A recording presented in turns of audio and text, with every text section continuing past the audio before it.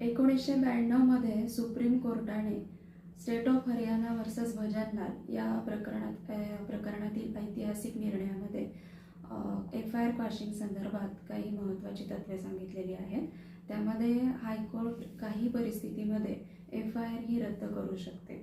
म्हणजे जर एखाद्या FIR मध्ये गुन्ह्याचे आवश्यक घटकच नसतील किंवा पूर्ण FIR मध्ये सगळे जरी आपण आरोप बघितले तरी कोणता गुन्हाच तयार होत नसेल, तसेच त्यामध्ये जर पूर्णपणे FIR गुन्ह्याचं स्वरूप हे दिवाणी स्वरूपाचं असेल आणि त्याला जर गुन्हेगारी रंग देण्याचा प्रयत्न केला असेल किंवा FIR ही पूर्ववैमनस्यातून किंवा सूडबुद्धीने करण्यात आलेली असेल तरी देखील ती FIR आपण रद्द करू शकतो. त्यानंतर त्याच्यामध्ये जे गुन्हे दाखवले असतील ते इतके अविश्वसनीय असतील की सामान्यातला सामान्य माणूस देखील त्यावर विश्वास ठेवणार नाही, तर अशा वेळी देखील FIR रद्द करू शकते.